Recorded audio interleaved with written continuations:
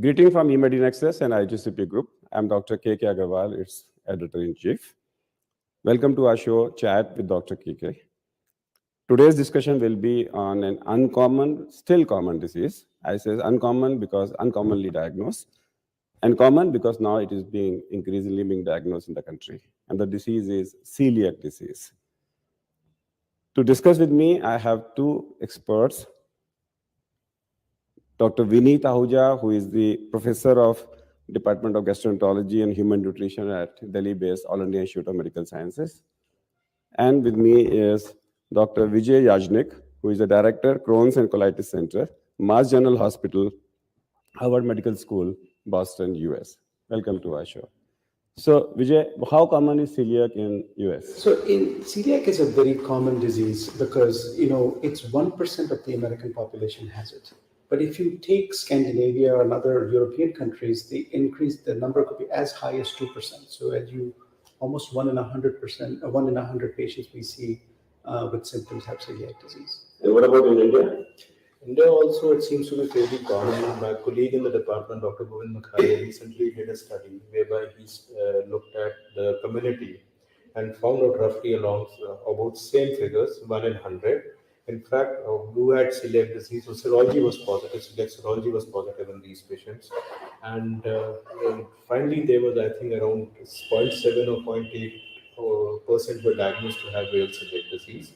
And they also did a study along with CMC Vellore with Dr. B.S. Ramakrishna there, where they found the celiac disease was much less prevalent.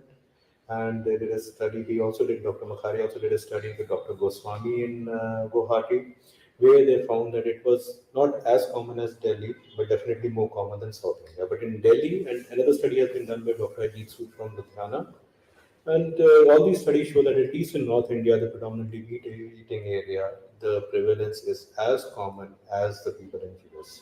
So 1%. So if I take that prevalence is 1%, and if I go back to my community medicine teaching and the preventive or social medicine statistical teaching, it was clearly told to us at an MBBS level that any disease which has a prevalence of more than 1% should be included in your routine screening. So should I include celiac disease in the city like Delhi as a part of my comprehensive health checkup? So my view on this is, I would say simple answer is no, because nobody is born with this disease. It's an acquired disease and it can happen early in childhood or even as late as in your 60s and 70s. What do you mean by acquired disease? Well, to a child that is born, so there are two types of conditions that one needs to distinguish. One is chronic inflammatory, which is my expertise is in Crohn's disease and ulcerative colitis. These are not autoimmune diseases. These are chronic inflammatory diseases because there is no presence of an autoantibody to an antigen that is a part of our tissue. So lupus has a double-stranded DNA positivity. Celiac disease is along the lines of an autoimmunity because there is a antibody in us. The patients have this antibody that's reacting to a protein that's on the epithelium of the small intestine. And that's why it is so distinct. And like with, rheumatoid arthritis and other autoimmune diseases, there's a spectrum. Some people develop it very early, some people develop it late. So unless you have symptoms that are suggestive of celiac disease, we do not routinely recommend it. The only caveat is if you have celiac disease, we are currently in the United States recommending family members to be tested because they may be having the antibody positive, but the symptoms have not come. And this way they can prepare and plan and do lifestyle and dietary. So in which patient should I screen? I think the patient that has unexplained diarrhea is one. There are many different manifestations. We have to go through a list. Another one is unexpected iron deficiency, unexpected liver and pancreatic enzyme abnormalities.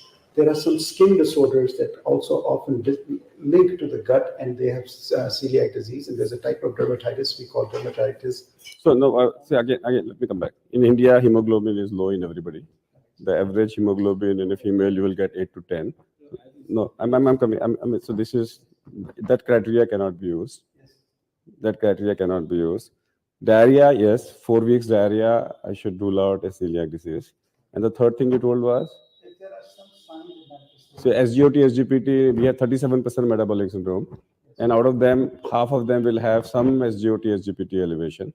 So So therefore, I need to really decide a criteria for India, which may be different from the US. Correct. I think maybe we should include Dr. Huja in this discussion. Yes. Yeah, I think I would go with him totally. That even in India, I don't think that you need a general mass screening. But yes, there are certain known, well-described clinical scenarios where celiac disease may exist or coexist. So such situations you should investigate. First is obviously chronic diarrhea, but celiac disease at times can present Chronic small intestinal diarrhea, suspected. You should do a celiac Celiac. serology. But at times, celiac can present without diarrhea, may present just with anemia, iron deficiency anemia. So you would like to investigate all cases of iron deficiency anemia where no other obvious causes. Let's say a patient has come with hookworm infestation and anemia. There you don't need to investigate. So all patients, all women or men or women, if they have unexplained, this. Suppose you say, what is the source of iron deficiency in me? I don't know. Rule out celiac. Then you Okay. have to investigate for celiac. Patient has unexplained transaminitis, rise in AST-ALT. Not a patient is hepatitis B positive and AST-ALT. It's a patient. How do I differentiate it with NASH or with fatty liver? So you cannot differentiate it if unless until you do a serology. If the serology is negative, the liver is fatty, all other. And when I say raise SGOT, SGPT or AST, ALT, how much? More than double or just More than. more than More than the upper limit of normal. So even if I have, say, around what level? Because there is a There you have the two readings. Spread at least minimum interval between the two readings should be 4 weeks, preferably 3 months. So if you have done a LFT today, if it is more than 1 to 2 times the upper limit of normal, and that normal also keeps on changing, but let's keep it simple. That if it is there, and you can there be a number, cutoff number? Because some people says 25, some people says 40. not being defined. The lab, let's say a lab has a number of upper limit of 40, but today we are talking about that probably the Indian normal value is around 20. 25. Huh? You would like to screen anything above 25. So let's not go into that kind of fine print at a primary level state. So if a patient has transaminitis, which may be 1 or 2 times above normal, upper limit of normal, and you repeat the liver function test after 4 weeks or 6 weeks, and you find a similar kind of figure, right? Then you know that the patient is transaminitis. You work up the patient, and the commonest thing you would like to do is rule out alcohol, rule out hepatitis B, rule out hepatitis C virus. Then you would go for autoimmune liver diseases. You will do an ultrasound, and if all these tests are negative, then you can subsequently look at lipid profile, thyroid profile, and then you can do a celiac test, celiac serology. So that is one scenario where you can do. Patients who have, let us say, infertility, women with infertility problems, their celiac is again as a part of the workup. In diabetes, a celiac has a very high association. There it is a part of workup. As Dr. Yajnik told you, the first degree relatives, there's around 10% of first degree relatives, celiac is a very important part of workup. Sometimes in cases of neurological disorders, cerebral ataxia and all, celiac has a very high association. So there you would like to investigate. So that way these are scenarios which have been well described where you would like to investigate. Most common scenarios remain diarrhea or iron deficiency anemia or diabetes mellitus or first degree relatives, I would say. Okay, when I want to do the test, say before that, what is the exact pathophysiology? How is it related to gluten? So gluten. So when we think of wheat, we think it's carbohydrate. So there's no protein in wheat, but there is a very small percentage of protein in wheat, and this protein is very hard to digest. It has a lot of charged amino acids, and when this protein folding gets disrupted and transported across the membrane, it creates an immune activation. And immune activation leads to B cell response, which leads to a plasma cell response and expansion of TTG, IgA positive antibodies. And when celiac disease is untreated, it's not just the diarrhea, the risk is intestinal lymphoma, which is always fatal. That is why we are very, very specific in saying we have to investigate who has it, because we can prevent not only morbidity, but also mortality. So how is it linked with gluten now? This is that it is linked with gluten. The gluten and the protein which is there, that leads to a reaction, reactivity, autoimmune reaction. So as a result, that leads to a lot of inflammation out there and destruction. So these are the patients who need to be on a gluten-free diet. So let me just specify. We say TTG. TTG is a brush border. It's an enzyme. So when that gets disrupted, the villus height gets disrupted, and that's called sprue. Sprue basically means that there is an intestinal cell. The cells are present. There's no ulcer, but the cell shape and differentiation is completely gone. The cell is flat and like ball, like my head. Okay, when I do for a serology, we talk about TTG IgA test. What exactly is this test? What exactly is this test? Serology. So I send a blood. It's an IgA, you're measuring IgA levels to against tissue transglutaminase, which is a ubiquitous enzyme in the epithelial. So positive test means what? Negative means what? Can it be false positive, false negative? It can be falsely positive. First of all, is positive cell. Let's say the upper limit of normal is, let's say, 20, right? Most labs are. It depends from kit to kit. Right? So it is just above the upper limit of normal. It's a positive. Suppose it is 10 times the upper limit of normal, then it suggests strongly, very strongly suggests that it is celiac. But again, there it is not diagnostic at the moment. You need to, because there can be false positives. So you need to do an endoscopy and do a duodenal biopsy. And in duodenal biopsy, if you find that there is complete villus atrophy or various degrees of villus atrophy, then that would confirm the diagnosis of celiac. So all cases. One serology you cannot, although in children, recent guidelines which have come up 2 years back suggest that along with IgA TTG, you can also do a IG, and along with that you can do an anti-endomycin antibody. If both of the serologies are positive, then you may avoid a duodenal biopsy, particularly it's difficult in children. Third thing, always some patients may have IgA levels deficient, serum IgA levels deficient. So there may be a falsely negative TTG. Once you're talking of falsely positive, so if you're doing an IgA TTG, always it's preferable to either confirm it with a duodenal biopsy or at the same time measure serum IgA levels also. Because if serum IgA levels are normal, IgA TTG is negative, then you do not need to proceed further. So then you know that. But to simplify, the first test is serum TTG IgA. Along with that, a duodenal biopsy. If possible, if you can do it, then do a serum IgA level also. Is it reliable in India, serum IgA levels? All labs are doing it and it is reliable. So you do for a serum TTG IgA, serum IgA level, and then to be confirmed by a duodenal biopsy. Okay, now a patient has a. Very important is that sometimes just on the basis of a serology, somebody is diagnosed as celiac disease and put on a gluten-free diet. Not that causes a whole range of change in the lifestyle for that patient, and most of the therefore diagnosis has to be 100% confirmed. Okay, now I've referred it to a GI. He has confirmed it to be a celiac disease. Okay, now he comes back to me as a family physician. What do I do? A, advise him on a gluten-free diet. What does it mean? There's a whole list: wheat, barley, rice. Right is out.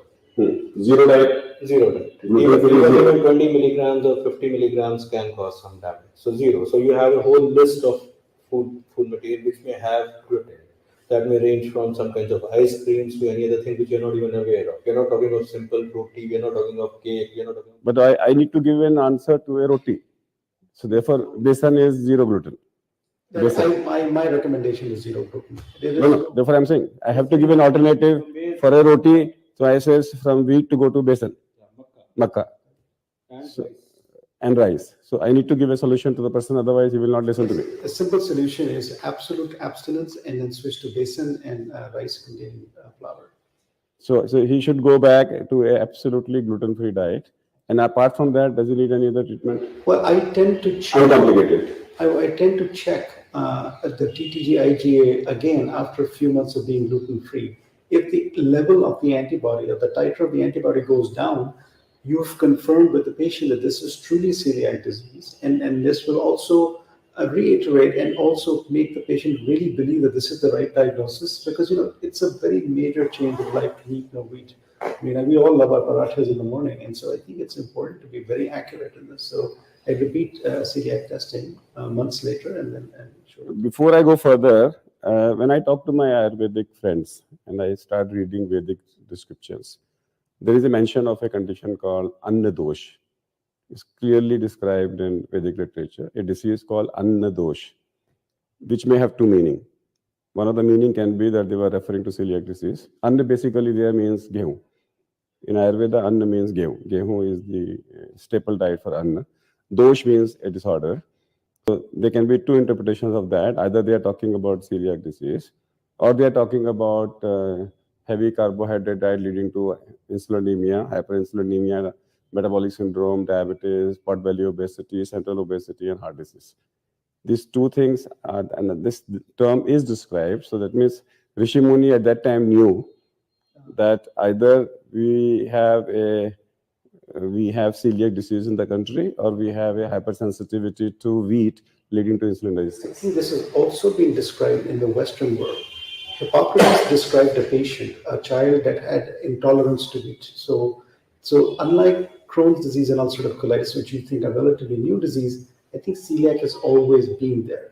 But over the course of these, our human evolution, we solved famine and poverty.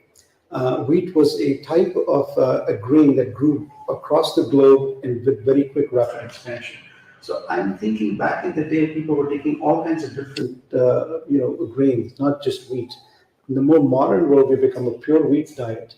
Our microbiome has also potentially changed. So taking together the changes in the microbiome and the extreme use of wheat, I think we're seeing the increase in the prevalence of celiac disease. You said that celiac is an acquired disease; it's not present congenitally. And if that's so, then in the families, how do I suppose? How do I pick up? How do I prevent it being acquired in my family members? And this is a beautiful question, and I don't think any of us know really the answer. There. Can I come back to that? All my family members who are, even if today they are TTG, IgA negative, should they be restricting their gluten diet once in a week or twice in a week? We do not recommend that. If you're at the time of testing, if you're TTG, IgA negative, we do not. I think being gluten free is a big burden. It's a financial burden. It's not just it's not available. Everything that's gluten free is at a much higher cost. In the United States, the U.S. government gave college students tax-free benefits because every time they go for a gluten-free muffin, it costs 3 times the cost of a regular muffin. So we're putting a lot of pressure on these patients financially as well. So what we do is, if you're negative, we say you can repeat a testing if you have symptoms, but that one-time negative is considered negative. In the acquired thing, one thing you can say is along with that, there's a predisposition is there. That is, we have HLA type. So there's HLA DQ2 and DQ8. They are all present in 98%, you can say, of the celiac patients. And this test now is available. This is available. Okay. Right. So if you are in the family, this is always, this test has not to be done anywhere. But where you're suspecting celiac, so you want to find, is there a predisposition or not? The patient may have serology which is negative, but he is a first degree relative. Actually, DQ2, DQ8 is positive. So yes, okay, there's a potential celiac. There's a chance. So if a person is HLA DQ2 and 8 positive and TTG negative, 20% of normal population is also HLA DQ2, DQ8 positive, whereas 98% or 99% of celiac population is HLA DQ2, DQ8 positive. Right? So if HLA DQ2, DQ8 is positive, does not definitely say that you have a 100% chance of being predisposed to celiac disease. However, if you have first degree relative also with celiac disease, then obviously your chances are increasing. Now the problem is that can you do something to prevent it further? Right now, I don't think you can do anything to prevent it. So therefore, if somebody is HLA DQ2 or DQ8 positive, TTG, IgA negative, nothing to be done. Nothing to be done. But that this patient has provided there's a family history also which is there. So then this patient probably would have it. But I would definitely like to add one thing from my cardiology practice, that if you take carb every day, you will end up into hyperinsulinemia, metabolic syndrome, fatty liver. I did examine 100 women doing fast once in a week and 100 not doing. The chances of developing insulin resistance are much higher those who are not doing fast.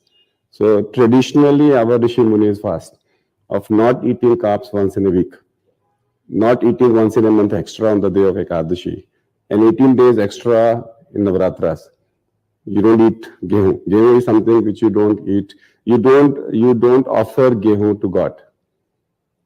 You don't offer gehu to God. So therefore, traditionally, Rishi Munis have been telling us that eating wheat every day is injurious to your health, whether by celiac or whether by insulin resistance is a different issue. So therefore, for those people who are HLA DQ2 and 8 positive, they specifically should listen to me and avoid eating wheat at least once in a week. At least once in a week as a fast. They should. I said my recommendation. I'm not saying recommendation from the GI experts. Because I tell it to everybody. I say everybody should not take wheat once in a week. That's my general recommendation, and which I insist. I think it's a very metabolic syndrome rising. I think, and then we don't know the endocrine response of starvation. It may have a lot of benefits, global benefits, not just in the heart, GI tract, microbiome, etc. So I think it's important. I think I appreciate that point. So what you can, what we have heard and listened today and learned today is that any chronic diarrhea, small intestinal in nature, if you have an unexplained anemia, iron deficiency anemia, you can't find any cause. And if you find any unexplained infertility, and in all such cases, you should be able to, you always keep in mind that am I dealing with a celiac disease? Celiac disease is present in 1% of the society, very high number, therefore high degree of suspicion is required. And celiac disease can easily be managed with a gluten-free diet. And therefore, it is very important to diagnose a case, and equally important to diagnose it because once you are going to ask him to not to eat wheat forever, you really need to be very clear in your diagnosis. It's not a congenital disease, it's an acquired disease. The family members of celiac disease should be investigated. Investigation of choice is very simple, blood test. We go for a serum TTG IgA levels and also a serum IgA levels simultaneously, because if the serum IgA levels are low, then the results can be fallacious of TTG IgA. And once the diagnosis is suspected with TTG IgA, send him to a gastroenterologist, ask him whether he would like to do a duodenal biopsy to confirm and for a follow-up. And follow this patient with a gluten-free diet and look for complications.